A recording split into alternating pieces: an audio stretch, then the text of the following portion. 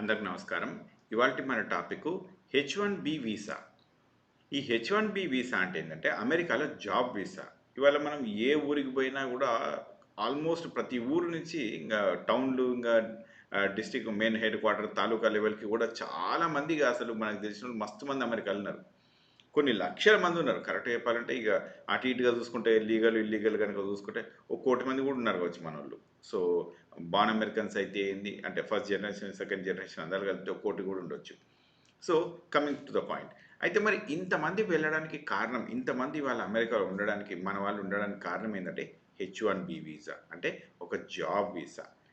Student లాగా వచ్చిన వాళ్ళు కూడా జాబ్ లాగా మారుతూ ఉంటారు, స్ట్రైట్గా జాబ్ లాగా వస్తూ ఉంటారు. మరి ఎట్లాంటి జాబ్స్ యాక్సెప్ట్ చేస్తాము అంటే యూజువల్గా ఇంజనీర్స్ ఎక్కువ మంది ఉంటారు. వాళ్ళది కోటా ఉంటుంది, ఒక 80,000 ఉంటుంది H1B వీసా కోటా. అందులో చాలామంది ఇంజనీర్స్ అప్లై చేస్తారు. ఇక కొంతమంది డాక్టర్స్ ఉంటారు, వాళ్ళకి కొంత సెపరేట్ కోటా ఉంటుంది, అదొకటి. అంటే మెడికల్ హెల్త్ కేర్ వర్కర్స్ది. ఇంకా థర్డ్ చూస్తూ ఉంటే మనకు అకాడమిషియన్స్ అంటే ప్రొఫెసర్లు అట్లా ఉంటారు కదా, వాళ్ళ స్టోరీ కూడా కొంత ఉంటుంది. అయితే ఇంతమంది మరి ఎక్కడి నుంచో వరల్డ్ అంతా టాలెంట్లో, వరల్డ్లో ఉన్న చాలా మటుకు టాలెంట్ని అమెరికా దగ్గర తీసుకొని వాళ్ళకు ఉద్యోగాలు ఇచ్చే పద్ధతినే H1B వీసా అంటారు. ఈ H1B వీసా మరి ఇంతకంటే ముందు ట్రంప్ ఏం చెప్పిండ్రు, మరి ఇప్పుడు ఏం చెప్దాం అనుకుంటుండ్రు అసలు మిగతా ట్రంప్ ఇప్పుడు he's the president elect right. So మరి ఆయన ఇప్పుడేం చెప్తుండ్రు, ఆయన టీం వాళ్ళందరూ ఏం చెప్తున్నారు, మరి అసలు ఉంటుందా ఉండదా అనేది మనం కొన్ని క్వశ్చన్స్ వేసుకుందాం. అయితే కొన్ని డీటెయిల్స్ చూపిస్తాను చూడండి ప్రజలారా. It's a great program. Trump ఏం చెప్తారంటే it appears to side with Musk and H1B వీసారు. అంటే ఎందుకు మస్క్ ఏం చెప్పిండు అంటే, మస్క్ ఏం చెప్తున్నాడంటే H1B ఉండాలని చెప్పిండు. ఎందుకంటే మస్క్ హిమ్సెల్ఫ్, మస్క్ వాళ్ళ grand father he's an American. ఇంకా మస్క్ వాళ్ళ మదర్ వాళ్ళందరేమో ఇక్కడ సౌత్ ఆఫ్రికాలో. Actually Musk was born in South America. No South Africa, sorry, South ఆఫ్రికాలో ఆయన పుట్టిండ్రు. తర్వాత ఇంకా ఆయన అమెరికా వచ్చేసిండ్రు, ఇంకా అన్ని చేసుకున్నా ఉన్నారు, ఇక్కడ అంతా నడుస్తూ ఉంది. సో అపార్ట్ ఫ్రమ్ ట్రంప్ మనం కనుక చూసుకుంటే వాళ్ళ సత్యనాదెల్లా మైక్రోసాఫ్ట్ సిఇఓ, మన సుందర్ పిచాయ్ గారు ఆయన కూడా మైక్రోసాఫ్ట్ గూగుల్ సిఇఓ. అట్లాగే ఇంకా మనోళ్ళు చాలామంది చాలా చాలా కంపెనీస్ ఉన్నాయన్నమాట. ఇవాళ ఐబిఎంకు చూసుకున్నా కూడా, మాస్టర్ కార్డు చూసుకున్నా కూడా ఇంకా చాలా డిఫరెంట్ కంపెనీస్ ఉన్నాయి. మనోళ్ళు పెద్ద పెద్ద పెద్ద పెద్ద కంపెనీలలో ఉన్నారు. సో వీళ్ళందరూ కూడా మరి H1B వీసా లాగా వచ్చి అమెరికాలో సెటిల్ అయ్యి వాళ్ళ సెకండ్ జనరేషన్, కొంతమందికి అయితే థర్డ్ జనరేషన్ కూడా ఉన్నారు. ఓకే, ఇప్పుడు పెప్సికో ఇందిరా నూయి గారు ఉన్నారు కదా, ఆమె ఇప్పటి నుంచో ఉన్నారు, చాలా సంవత్సరాల నుంచి ఉన్నారు. ఆమె థర్డ్ జనరేషన్ కూడా వచ్చినట్టున్నారు, maybe, I don't know, subject correction. So మరి ఇది ఎందుకు ట్రంప్ దీనికి సపోర్ట్ చేస్తూ ఉన్నాడు, మరి ఇంతకంటే ముందు సపోర్ట్ చేయలేదు కదా అంటే, ఇంతకంటే ముందు ఆయన అసలు దీనికి ఫేవర్గా లేకుండే. But because Musk is saying, so he's backing him up. That is one important thing. Musk ఎందుకు చెప్తున్నాడంటే ఈ ఈ అంటే మనకు అమెరికన్స్ కంటే కూడా ఇక్కడ చాలామంది ఓవర్సీస్ నుంచి వచ్చిన వాళ్ళు కొంత ఎక్కువ టాలెంటెడ్గా ఉండడము, వాళ్ళకు జాబ్ ఇవ్వడం వల్ల ఏమవుతుందంటే కంపెనీస్ మంచిగా ఫ్లరిష్ అవుతున్నాయి. మరి కంపెనీస్ ఫ్లరిష్ అవ్వడం ఇంపార్టెంట్ కదా. ఇప్పుడు అమెరికన్కి ఒక్కొనికి ఇచ్చేస్తే మొత్తం వాడు సరిగ్గా పని చేయకుండా కూడా మరి నడిస్తే అట్లా ఓకేనా? కంపెనీ నడిస్తే ఇప్పుడు లెట్సే మనం యాపిల్ ప్రోడక్టే వాడతాం. యాపిల్ ప్రోడక్ట్ మనకు చాలామంది పనిచేస్తూ ఉంటారు. గూగుల్ ఉంటుంది, దానికి వందల వేల మంది పనిచేస్తూ ఉంటారు. మైక్రోసాఫ్ట్ ఉంటుంది, వందల వేల మంది పనిచేస్తూ ఉంటారు. మా వాళ్ళు కూడా ఫుల్గా పనిచేస్తారు. మరి ఒక ఆ దేశంలో ఉండి ఆ దేశంలో సేల్ అవుతున్నాయి ప్రోడక్ట్స్ కాదు కదా, through out the world sale అవుతున్నాయి. త్రూఅవుట్ ద వరల్డ్ సేల్ అవుతున్నప్పుడు అంటే అమ్మకాలు జరుగుతున్నప్పుడు నీకు ప్రోడక్ట్ ఎంత మంచిగా ఉండాలి. మరి ప్రోడక్ట్ అంత మంచిగా ఉండాలి అనుకున్నప్పుడు ఏం కావాలి, నీకు వరల్డ్లో ఉన్న టాలెంట్ను నువ్వు దగ్గర పెట్టుకొని నువ్వు సెట్ చేసుకుంటే నువ్వు బిజినెస్ చేస్తావు. అంతేగాని ఇక్కడ ఉంటే అమెరికాలో ఉద్యోగాలు పోతున్నాయి అనేది అది అసలు ఆ టాపికే రాకూడదు. ఎందుకు రాకూడదు అంటున్నాను అంటే, నీకు ఎన్ని ఉద్యోగాలు ఉంటాయి, ఎంత కంపెనీకి బిజినెస్ వస్తాయి అనేది కనుక చూసుకుంటే, company will make more money than employees. అదొకటి గుర్తుపెట్టుకోవాలి. Company will make more money than employees. ఇది ఫస్ట్ రూల్ ఉంటుంది చాలా మటుకు కంపెనీస్లో, ఇదే రూల్. కంపెనీ అనేది లెట్సే ఒక $100 అనుకోండి, ఎంప్లాయీస్ అందరికీ ఒక $20-25 పోతూ ఉంటుంది. మిగతా $75 కంపెనీ మనీ మేక్ చేస్తూ ఉంటుంది. ఎందుకంటే వాళ్ళు రీసెర్చ్ మీద, వాళ్ళ ఆఫీసుల మీద, దీని మీద దాని మీద స్పెండ్ చేస్తూ ఉంటారు. అంటే ఏమన్నట్టు, ఇప్పుడు మీరు కనుక చూస్తే ఇటు ఒకసారి చూడండి ప్రజలారా, అది షో యూ ఆల్. మనం ఈ క్యాల్కులేషన్స్ వేసి చూపిద్దాం, అట్లయితే మనకు కొంచెం ఈజీగా ఉంటుంది కదా. సో ఇవాళ మనం ఈ లెట్సే ఒక $100 వేసుకుందాం. $100 వేసుకుంటే ఎంప్లాయీస్కి ఒక 25% వేస్తే ఇందులో 5% ట్యాక్స్ పోయింది అనుకుందాం మనం. అంటే మనకు 100లో ₹5 మాత్రమే, 100లో $5 మాత్రమే ట్యాక్స్ లాగా వస్తుంది అమెరికాకి ఇందులో, రైట్? మీతో ఏం చేస్తుందంటే ఒక 25% ఆఫీసు దాని మెయింటెనెన్స్ కూడా జరుగుతూ ఉంటాయి. ఓకే, ఎందుకంటే రీసెర్చ్ ఇవన్నీ ఎవరిని అమెరికన్ తీసుకున్నా ఎవరిని తీసుకున్నా ఈ మెయింటెనెన్స్ అయితే ఉంటుంది, ఈ రీసెర్చ్ అండ్ డెవలప్మెంట్ ఉంటూనే ఉంటుంది. ఇంకో 50% కంపెనీ విల్ మేక్ మనీ. ఇట్లనే నడుస్తాయి యూజువల్గా ఈ companies. This is how they make. మనం 25% అనుకుంటాం కానీ వీళ్ళు 40% 50% కాడికి వెళ్ళిపోతాయి ఇవన్నీ. సో మనం ఏ విధంగా చూసుకున్నా, అమెరికన్స్కి ఏ విధంగా చూసుకున్నా ఈ డబ్బులు తక్కువ డబ్బులే, కానీ ఈ డబ్బులే ఎక్కువ డబ్బులు. 50% కంటే 50% ఆ ప్లస్ కూడా ఉండే కంపెనీస్ చాలా ఉంటాయి. మరి ఈ డబ్బులంతా ఎక్కడి నుంచి వస్తున్నాయి? త్రూఅవుట్ ద వరల్డ్ నుంచి వస్తున్నాయి కదా ఇవన్నీ, ప్రపంచంలో ఉన్న అన్ని కంట్రీస్ నుంచి వస్తున్నాయి కదా ఇవన్నీ. అట్లాంటప్పుడు ఈ ఈ ఎంప్లాయ్మెంట్ కనుక ఇక్కడ వీళ్ళకి ఇచ్చేస్తే మరి ఇంత డబ్బు ఈ కంట్రీస్కి నుంచి వచ్చే ఇంత డబ్బు కూడా మరి అమెరికాకు జాయిన్ అవుతుందా, తోడవుతుందా అంటే కాదు. ఎందుకంటే they are looking only for this employment scale, but they are not looking what company is paying.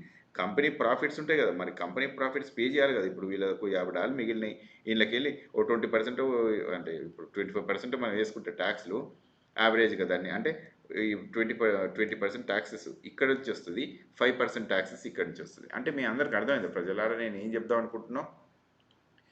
Company will pay more taxes than individuals అందరు కలిపి పే చేసిన దానికంటే కంపెనీ యూజువల్గా ఎక్కువ పే చేస్తూ ఉంటుంది. రీసెర్చ్ అండ్ డెవలప్మెంటే కానీ, ఇన్ఫ్రాస్ట్రక్చర్ బిల్డప్ చేయడంలే కానీ, ఇంకా కంపెనీ ఇన్సెంటివ్స్ ఇవ్వడమే కానీ, రకరకాలుగా చూసుకుంటే company will give you more than what the pay scale is. కనుక ప్రపంచంలో ఉన్న టాలెంట్ని తీసుకుంటే లాభము, కనుక అది లాభాన్ని మనం అమెరికా ఉంచుకుందాము, రిఫైన్డ్గా చేద్దామని చెప్పి ఈలాన్ మస్క్, వివేక్ రామస్వామి చెప్తా ఉన్నారు. అయితే ఇంకా మిగతా వాళ్ళు ఏం చెప్తున్నారు మనం ఒక్కసారి చూద్దాం. కొంచెం కిందకు వచ్చి చూడండి ప్రజలారా, I return some data, right?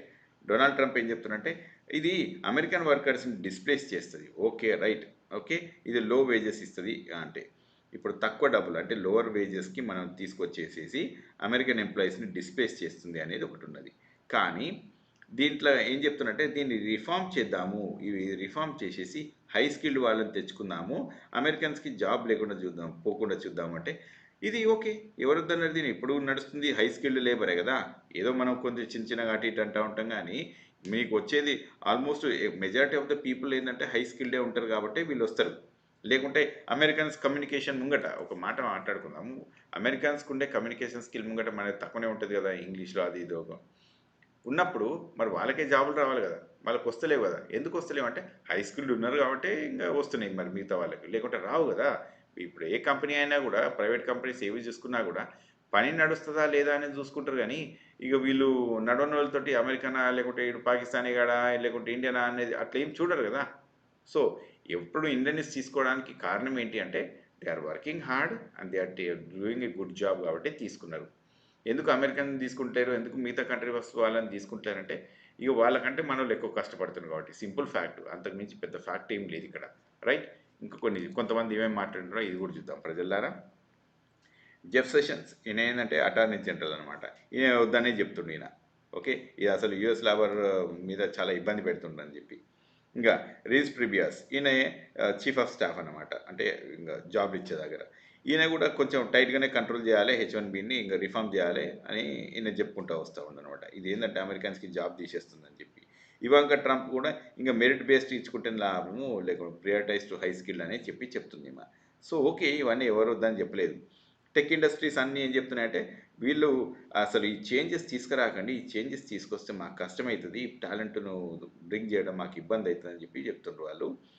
ఇంకా నెక్స్ట్ ఈలాన్ మస్క్ అయితే దీనికి ఫుల్గా సపోర్ట్ చేస్తుండు. ఎట్ ద సేమ్ టైం ఇంకా కొంత టాలెంట్ ఉన్న వాళ్ళని తీసుకురమ్మంటుడు. సో దీనికైతే ఈయన సపోర్ట్ చేస్తుండు బికాస్ ఈ himself came like. So Vivek Ramaswamy అయితే ఇంకో అడుగు ముందుకేసి చెప్తుండు, అరే ఈ అమెరికన్స్ కొంత కల్చరు సరిగా లేదు, వీళ్ళు సరిగా చదువుకోరు కాబట్టి ఇంకా ఏషియన్ కంట్రీస్ నుంచి వచ్చే వాళ్ళు చదువుకుంటారు, వాళ్ళు డబ్బులు పెట్టుకుంటారు, వాళ్ళు కష్టపడుతున్నారు కాబట్టి వాళ్ళకి ఇస్తుండ్రు, దాన్ని మీరేం చేస్తారని చెప్పి ఏకంగా అమెరికన్స్నే దాడి చేస్తుండే ఆయన. ఓకే, హీఈస్ యాక్చువల్లీ ఆయన ప్రెసిడెంట్ కంటెస్ట్ చేసిండు ఆయన. ఇంకా హీఈస్ అమెరికన్ ఇండియన్, ఎందుకంటే వాళ్ళ పేరెంట్స్ ఇండియన్స్ కాబట్టి. సో ఆయన అయితే ఏకంగా అమెరికన్ కల్చర్ మీదనే దాడి చేసిండు, రైట్? ఇంక దానికి ఆయనను కూడా ఇంకా ఇంకో విషయానికి వస్తే ఆయన దాడి చేస్తే ఆయన ట్విట్టర్లలో ఇక్కడక్కడ ఇక వాళ్ళని ట్రోల్ చేసుడు. మరి మీ దేశంలో ఇవి లేవు కదా, అవి లేవు కదా, టాయిలెట్ లేవు కదా, బాత్రూమ్ లేవు కదా, ఇది లేదు అది లేదని ఇవో పెద్ద చదువుడు చదువుతారు అందరు కూడా. సో ఎనీవేస్ ఆయన ఏం చెప్తున్నంటే టాలెంట్ ఉంటే తీసుకుంటాం బై, లేకుంటే లేదు. రైట్. అమెరికన్ కల్చర్ ఎట్లా అంటే ఇది ఎక్కువ హార్డ్ వర్క్ చేసే కల్చర్ కాదు కాబట్టి జాబులు రావట్లేదు. మీరు కూడా హార్డ్ వర్క్ చేయండి, మీరు కూడా తీసుకోండి అంటున్నాను ఆయన. నెక్స్ట్ మనం మిగతా వాళ్ళు బర్నీ శాండర్స్, ఈయన ఒక సీనియర్ సెనేటర్ అనుకోవచ్చు. ఈయన కూడా కొంచెం H1B కొంచెం ఎక్స్ప్లాయిట్ చేస్తుంది అని చెప్పుకుంటూ వచ్చిండు. సో ఓవరాల్గా మనం ఎవరిని చూసుకున్నా మన ఇండియన్ గవర్నమెంట్ అయితే ఇంకా H1B ఉండాలని అంటేది, ఎందుకంటే మన వాళ్ళందరూ మస్తు పని చేస్తూ ఉన్నారు కాబట్టి ఇక్కడ. సో ఓవరాల్గా మనం చూసుకుంటే ట్రంప్, తర్వాత ఇలాన్ మస్క్, తర్వాత వివేక్ రామస్వామి, వీళ్ళు ముగ్గురు H1B ఉండాలనే ఉన్నారు. వీళ్ళు ముగ్గురు H1Bకి ఎస్ అని చెప్తారు. వీళ్ళు ముగ్గురు ఎస్ అని చెప్పిన తర్వాత 99% ఇది ఎస్సే ఉంటుంది. ఇంకా వెరీ రేర్లీ ఇంకా వేరే ఏమైనా డైరెక్షన్ పోతుంది. అయితే మైల్డ్ రిఫార్మ్స్ మాత్రం చేస్తారు, కానీ H1B మాత్రం కంటిన్యూ అవుతుంది.